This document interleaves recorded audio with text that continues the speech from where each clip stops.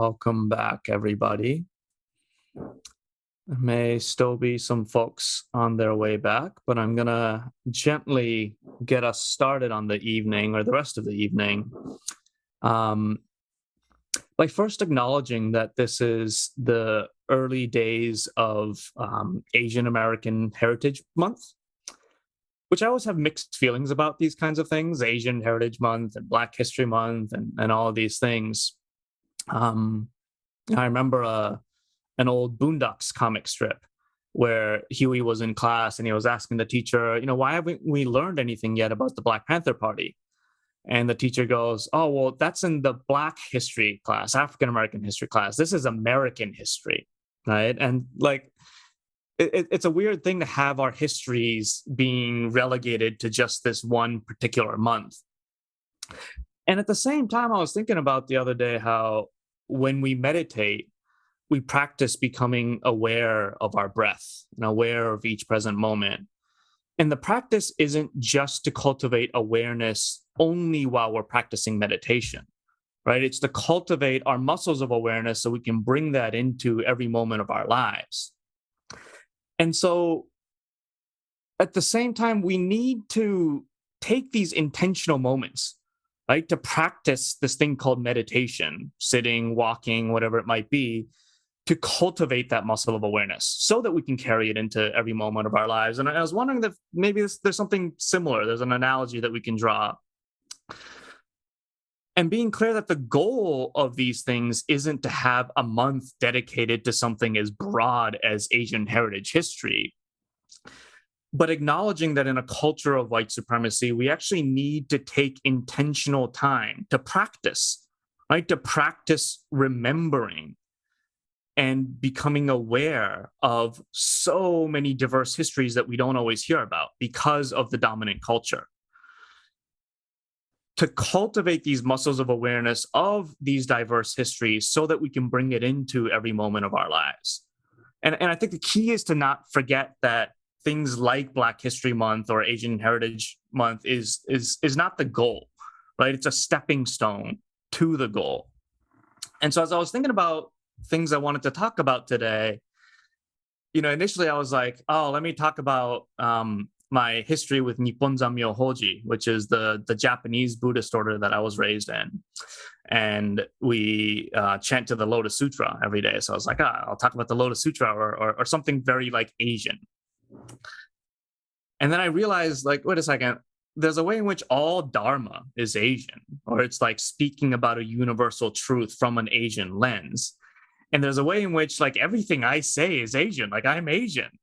And I also don't want to be relegated to having to talk about these quote unquote Asian topics. And so I want to talk about something that's been alive for me recently. But before I do that, I actually do want to invite those of us who identify as having Asian heritage into the chat to share anything, something that you're proud of about your cultural heritage.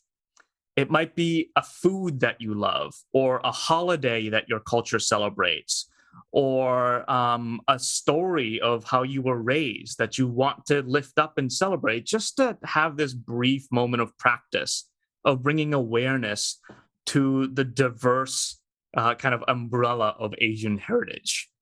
And so while we, yes, and Pacific Islanders as well, absolutely.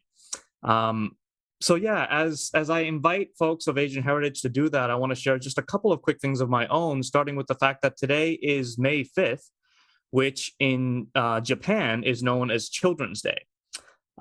Traditionally, it was celebrated on the 5th day of the 5th lunar month. And so in the Gregorian calendar, this year it falls on June 3rd, but Japan now kind of relies on the Gregorian calendar. So it's May 5th every day. And it's a day dedicated to celebrating the joy of children. And I remember so many fond memories when I was young, growing up in Japan, of being joyful. All the adults would just really try to make us happy. And what a beautiful celebration that is, to really focus on the practice of cultivating joy in our young people. I also remember when I was young, I grew up in Japan and moved to the States when I was 7 in a pretty white neighborhood. And being Asian in a white neighborhood oftentimes means that people don't even have to call you names to bully you, because your name becomes the way that they make fun of you. They just like say your name with a funny accent. And so I experienced that a lot, to the point where I remember wanting to change my name to Ken, because I was like, Ken starts with a K, Kazu starts with a K. I just want to change my name. But over the years, as I've kind of reclaimed my own lineage and my own culture, realizing how much depth is in a lot of names given to Asian people.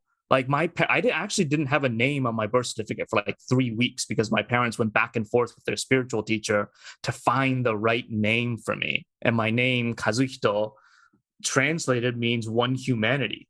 And like, how beautiful is that they took 3 weeks going back and forth with their spiritual teacher to give me a name that is so meaningful. And so I love that about a lot of Asian cultures, the meaning of these names. And so, yeah, just wanted to take a brief moment to celebrate all of that as part of this practice. And for those of you who aren't in the chat, lots of beautiful things emerging that I encourage you all to look at, and just take a moment just to sit with all of that and to celebrate that and to practice that in the way that we practice being aware of our breath.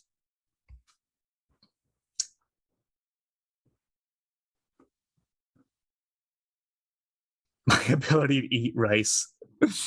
Yeah, I am capable of eating lots and lots of rice, and also am capable of eating every grain of rice in my bowl with my chopsticks, because my mom never let me leave the table without finishing every grain.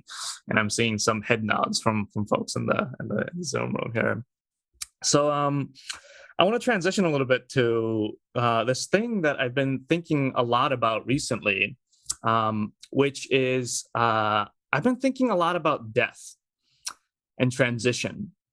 And in the past year, we've lost several kind of big names in the Buddhist community, and specifically, obviously, the loss of Thich Nhat Hanh, but also people like Bell Hooks. But also, I've been thinking a lot about death because over the last year or so, my partner's mother, who's in Taiwan, has been in her final stages of life. And I just recently got back from being able to spend 6 months with her, and we'll probably be heading back to Taiwan soon for what will most likely be her final months. And it's been such a gift, and she's part of this Buddhist kind of Buddhist chaplain death doula program, where these Buddhists, mostly nuns and volunteers, come to people who are in their final stages and just accompany them. And they made a documentary about this program, which my partner and her sister did the English translation on the subtitles for. And so we got to go to this premiere and watch this documentary about this program, of this death doula program. So powerful. And it really made me realize how much we can learn about life by confronting and being in relationship with our death.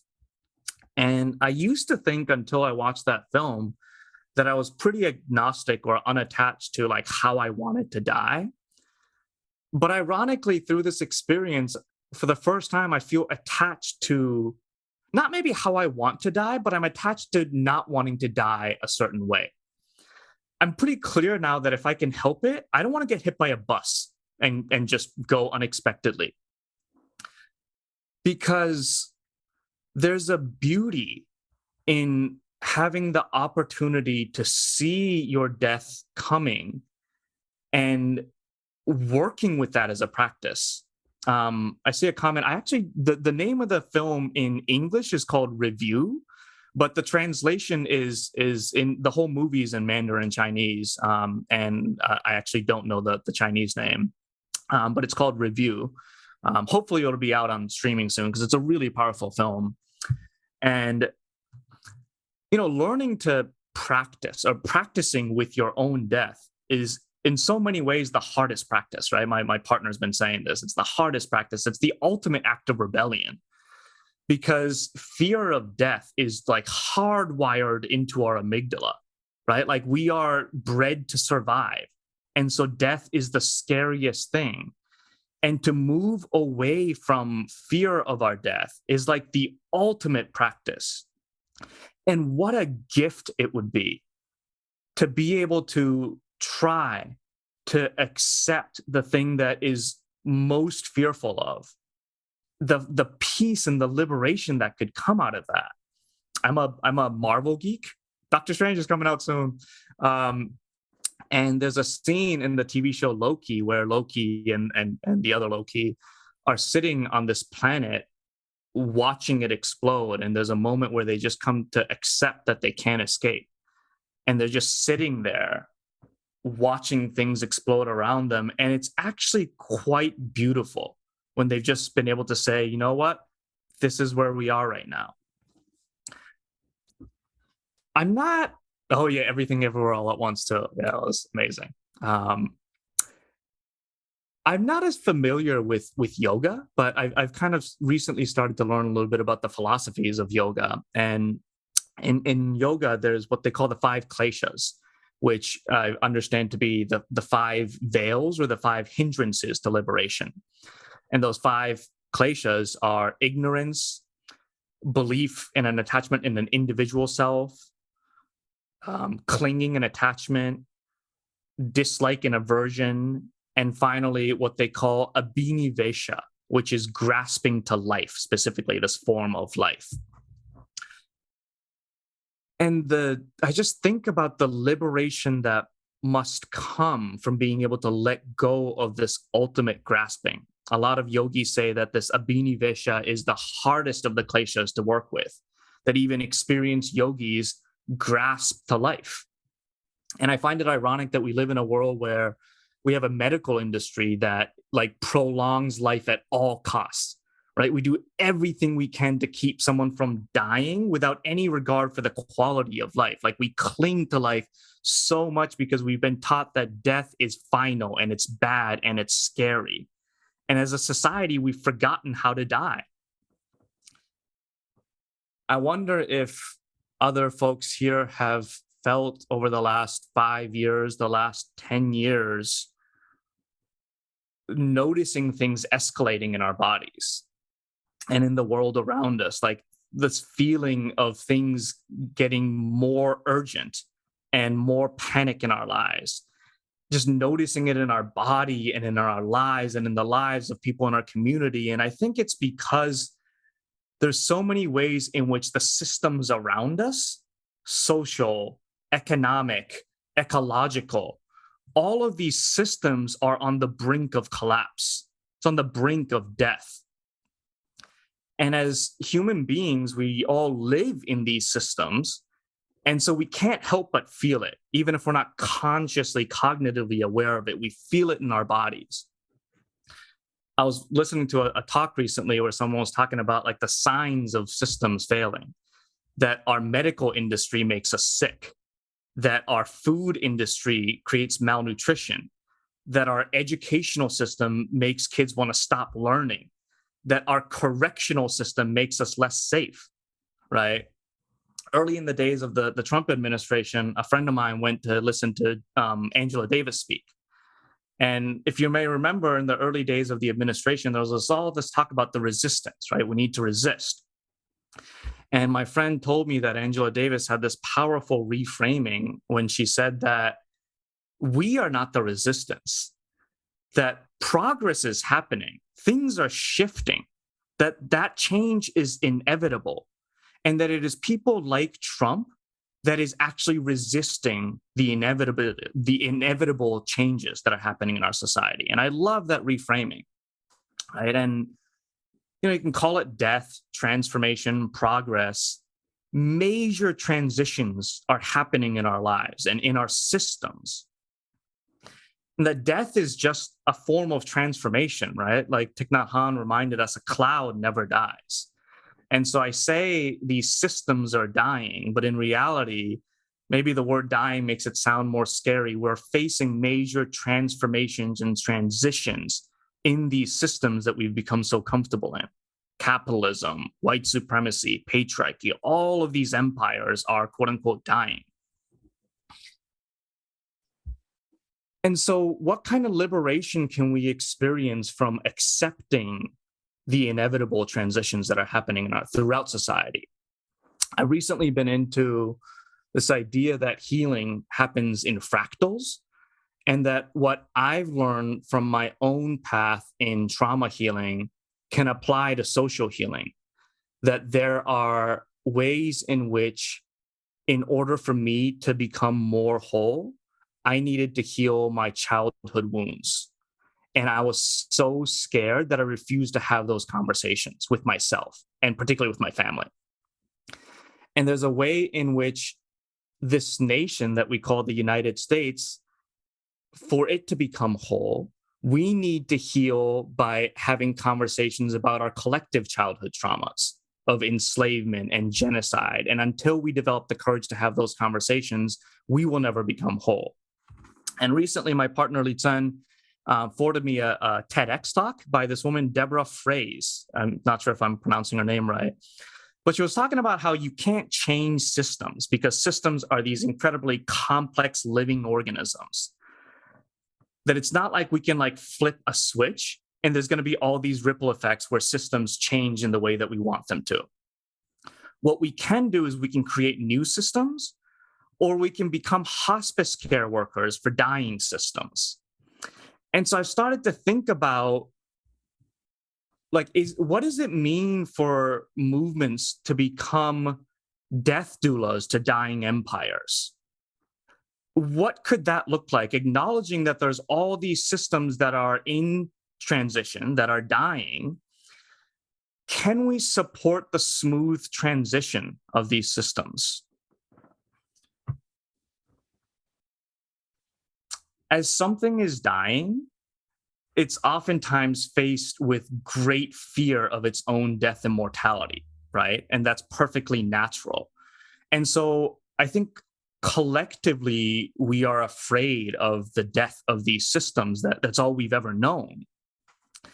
And the fear is largely from the not knowing, right? Like no one knows what's on the other side of death. So it's understandable that people are afraid, that the system is afraid. Our beloved teacher, Musham, once posted on our social media that it's easier to imagine the end of the world than it is to imagine the end of capitalism. Like we've known nothing but capitalism, that I can imagine 15 ways that the world might end. But what does a world without capitalism actually look like? But it's really hard to know. And the not knowing, there's a lot of fear that comes with that. And when we're afraid, we tighten up and we lash out and we oftentimes cause harm. And I think that's what's largely happening in our society is empire is afraid, so it's tightening up and it's lashing out. White supremacy is afraid of its own death. Patriarchy is afraid of its own death, and it's lashing out, almost like trying to take down everyone with it. Many of you know that I come from a long tradition of nonviolent organizing. And in the world of nonviolence, there's an analysis tool that's very commonly used called pillars of support. And in pillars of support, we identify the system that we're trying to bring down, and then identify the pillars throughout society that are upholding that system. So if we're trying to bring down a dictator, we understand that getting to the dictator might be hard, but the pillars that uphold that dictator, the police, the military, businesses, the media, those might be more accessible to us. And if we can tear down some of those pillars, then the structure will fall. And there's a famous image associated with this tool of a person that is tearing down the pillars and the system above it beginning to crumble. And I was looking at that image recently, and I realized if we tear down these pillars, then the system is going to fall on top of us, and we're all going to die. And instead of thinking about our work as we need to tear down these systems, is there a way that we can help the easeful transition of these systems? There may always need to be a role for that kind of confrontational activism, but I'm in a place in my life where that sort of tear it down, shut it down energy is not calling to me anymore. There's sort of like, I've noticed in a lot of these spaces, there's a binary, like good versus bad. We're here to save people. We're here to save the planet. And that energy of like, we need to like tear this system down so we can save the world doesn't call to me in the same way that it did 10 years ago. But I still want to be involved, right? I want to face this moment that we are in as a species.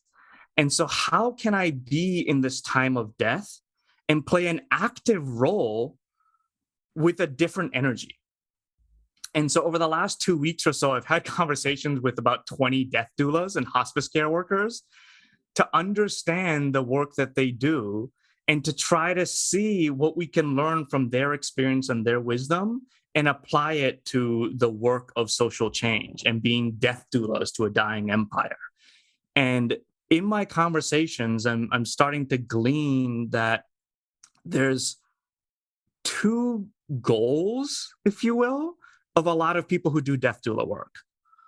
One is to help people come to peace with the inevitable and to accept the fact that they may be dying. Not by convincing them, but simply by accompanying them in their fear. And the second is to help heal relationships before they transition, right? Again, not by convincing them that they were bad people and that they hurt all these people, but by helping them to see that healing is like accountability, and healing is for their own growth and their own healing as well. And it's part of their own journey. And so I've been thinking about, okay, how do we do that for these large systems? How do we do that for empire? Empire is like, it's a thing that doesn't actually exist outside of us, right? Like we as human beings make up these systems. And so when I say empire is afraid of dying, it's actually us that are afraid of dying, that are afraid of change, that are afraid of the impermanence, transitions. And unprocessed fear and unprocessed grief causes constriction. And so we need to help people grieve. Like a lot of the work of death doulas is to help people grieve, both the people, the person that is dying, as well as their community. And one death doula that I was talking to was talking about how collective grief is different. Because when you're supporting one person who is suffering a loss, their community can come together to support them. But when the community is grieving, we're all in it. And a death doula is ideally someone who's not personally experiencing loss, so that they can be the solid ground and the anchor for the people who are experiencing loss. And so perhaps as practitioners of the Dharma and people who may identify as abolitionists who already understand that these systems are in transition, maybe we can play a role in this because we're already in the practice. But also to acknowledge that like we can't hold space for others if we ourselves are afraid, right? And to acknowledge that even as practitioners or abolitionists, that there may be a part of us that's also afraid because we also don't know what's on the other side. And can we accept that we might also be afraid? And can we have the courageous conversations to say, I'm scared of the next 10, 15, 20 years of this world because I have no idea what's going to happen. And how do we actually hold space for our fear and our grief so that we can move through those emotions that we don't oftentimes talk about? Like I personally believe that we're in a time of great transition and an unraveling of systems in a pace that we've never experienced as a species. And we should be afraid and we should be talking about it. And not just fear, but sadness. That like as progressives, we sometimes think that these systems of capitalism and white supremacy are only bad. And because they're only bad, we're not attached to them. We can't wait until they're over.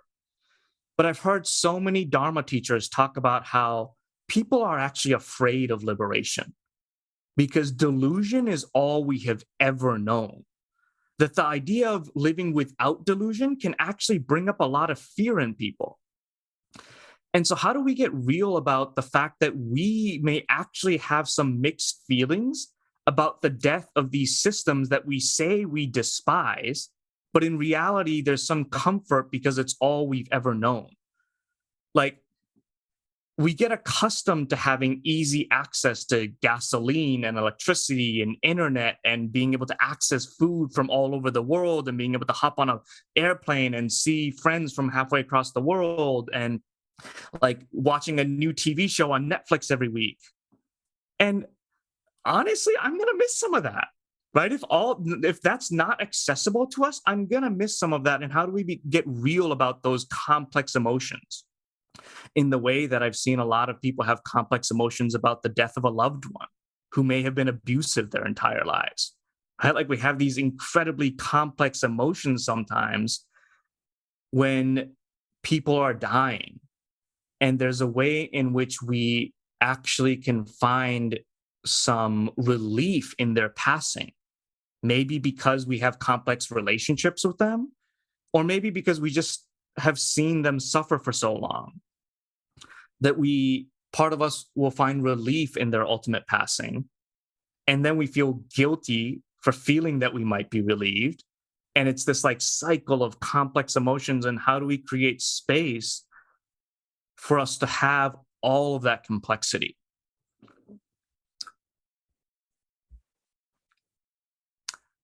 It's interesting. I was reading a book about the Buddha's life, and when the Buddha passed away when he was 80 years old after eating a meal that was bad, that was poison, not poison, but it had gone bad. And he told his followers, "This will be my final night." And so naturally, all of his followers started to grieve and were afraid of his death. And he told his followers to not grieve his death because death is an illusion. It's not a final thing. It's something that we're actually experiencing every moment of our lives. And as Thich Nhat Hanh recently reminded us, again, a cloud never dies. And at the same time, it's like, wait, is our goal to get to a place where we don't grieve the loss of loved ones?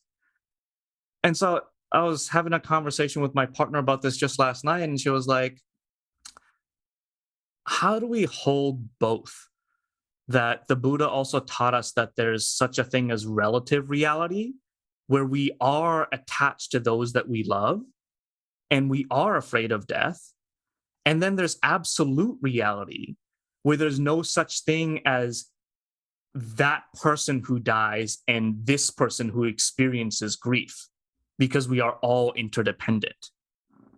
And my partner was saying that when we're able to hold absolute and relative reality at the same time, she said, grief feels like a hug. And another death doula that I was talking to recently said that there's vitality in the heart of grief, that when we're able to access it and express it and be witness to it, it's ecstatic. And she said that it's almost erotic because you're connecting to a life force. And another wisdom that comes from the Marvel series WandaVision is when Vision said, what is grief if not love persevering? Right?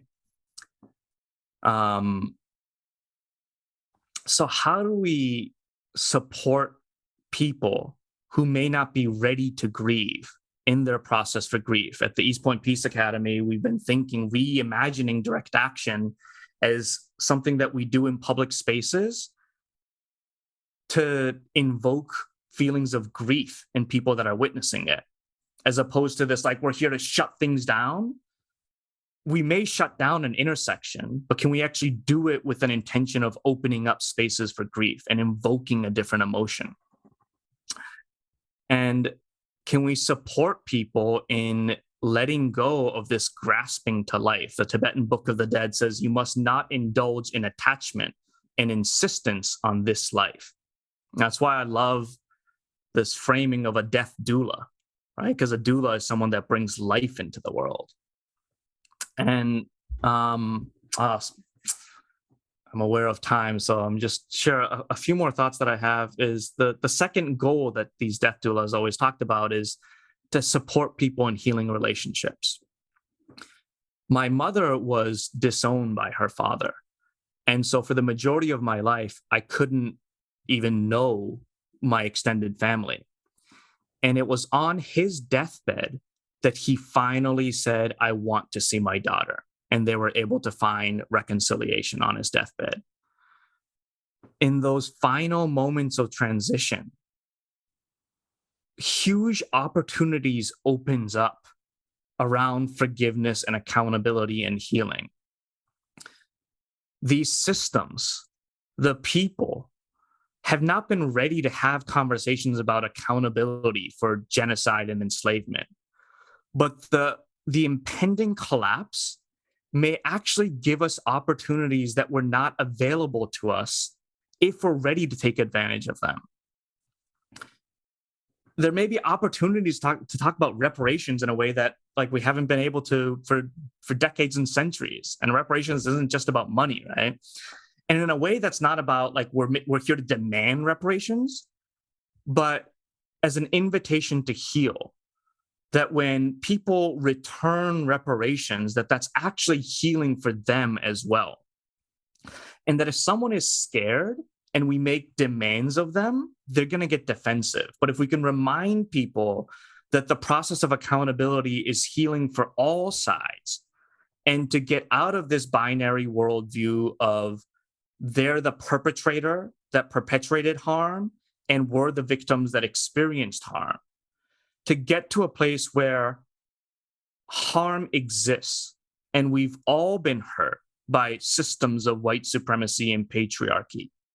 That if we really believe in the teachings of anatta and interdependence, there is no you that hurt me. There is just hurt.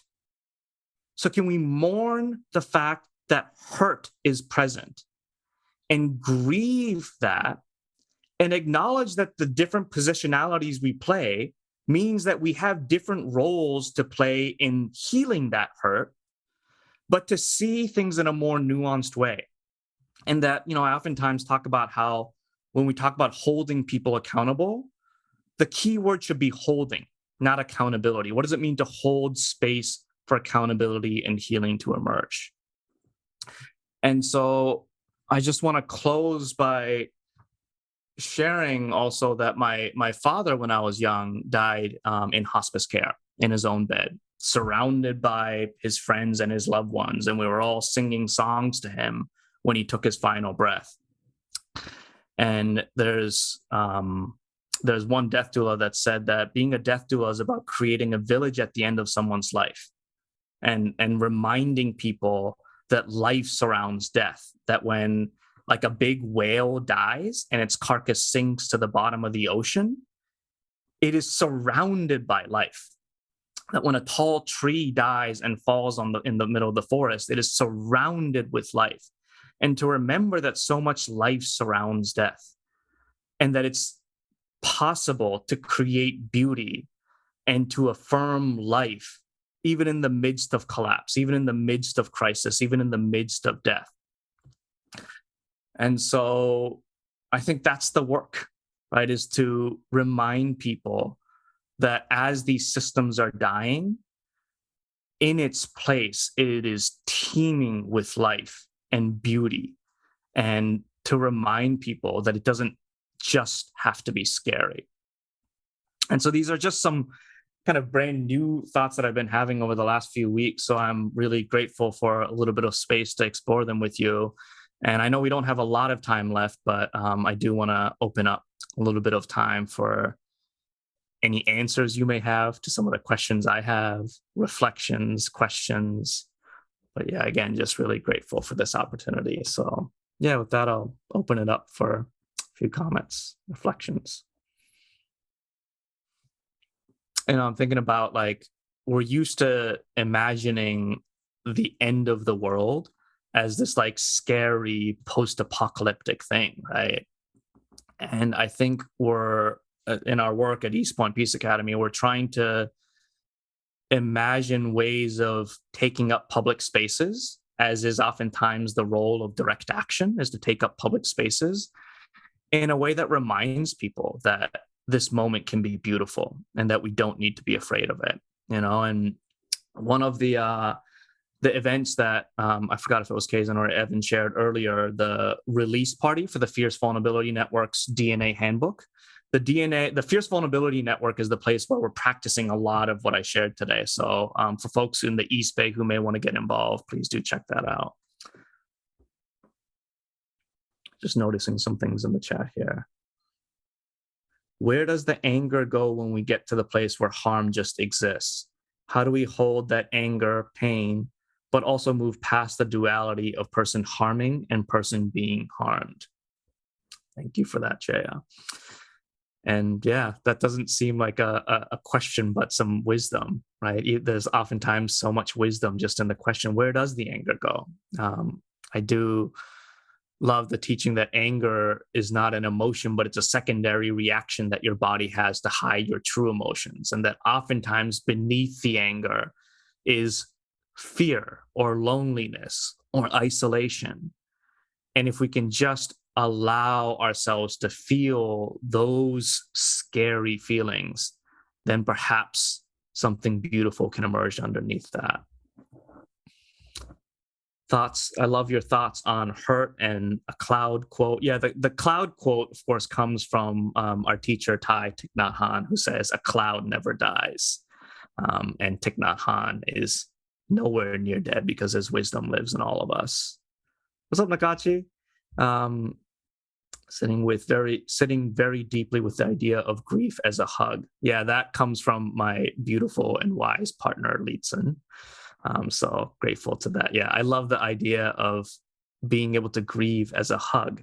There's a question in the chat. How do we be with the violence that the dying system will increasingly cause for us? I'm thinking of the recent abortion decision. Yeah, that just, for me, came as a surprise. And if it is a symptom of the dying system, if it will increase the actual deaths and grief in our communities. Yeah, I think that is part of the grief that I'm trying to allow myself to feel, is that I think there's nothing that we can do to stop, to some extent, the escalation of collapse and crisis and suffering that will come with that. And how do we allow ourselves to grieve that and to remember that absolute reality that a cloud never dies? I also think that, if I think about an individual person who's dying and has a lot of power and is so much in fear and denial about their death that they're lashing out and causing harm, that there is a role for intervention. Right? That there is a role in nonviolence. There's a beautiful essay by Barbara Flemings called The Two Hands of Nonviolence, where she says nonviolence is about taking one hand and saying no, saying stop, saying, I refuse to allow you to continue. I refuse to support what you're doing. We are going to do everything we can to stop you causing further harm. And at the same time, extending the other hand outward and saying, and I will never give up on your dignity as a human being. And I will always be here for you when you are ready. And I always found it so symbolic that this symbol of the two hands is so similar to how the Buddha came into this earth, right? And so, yeah, how do we acknowledge that these systems are causing harm and we need to do everything in our power to mitigate that harm, and to do it in a way that doesn't dehumanize anybody? To acknowledge that harm happens when a person is feeling hurt themselves, and to hold space for that. How do we do our own healing enough so that we can hold space for that? And to cultivate the power to say no. There's a comment. Once I realized that we grieve because we love, it really helped me to not look at grief as a bad thing. Also realizing that death is not final, but a transition is also comforting. Yeah. I was just with some friends who recently had a child, 16 months, and they were talking about how part of what they had to accept in the beauty of the birth of their child is the death of their identity as someone who didn't have a child relying on them to keep them alive. And that is also a form of death that's actually quite beautiful and incredibly challenging, as they haven't slept in 16 months. but also incredibly beautiful, right? And that death is happening in each moment. Every single one of the 20 death doulas that I talked to said that the one thing that they try to do is to help normalize death. And part of how we can do that is to remember that death is happening in each moment and to ritualize the small deaths that we experience throughout our lives so that the final quote unquote death doesn't feel like such a big thing. Several of the death doulas that I talked to went into this path as death doulas because so many of their communities were dying of HIV and AIDS in that era. So, once again, so much of the wisdom that we need comes from the communities that are oftentimes most marginalized, which is both a difficult and empowering reality. And also appreciating a lot of the nuance and the wisdom that continues to flow in the chat. Thank you all again for this evening of practice, and let us remember that every moment that we breathe, when we're aware of our breath, every moment that we live, when we're aware of the impermanence of all existence, that we're moving closer to liberation. And that liberation is not an individual thing. Individual liberation is a delusion. And we do this to benefit all living beings. So those who have forgotten that they are interdependent, those who have forgotten that they belong, may the merits of our practice this evening benefit them. And to those that have never forgotten that they belong, not only the people, but the trees and the birds and the insects that never even question if they belong, may our merit also benefit their liberation. And may we remember that as they become more liberated, that we also become more free. Thank you all so much for your evening, for your practice. May you be well.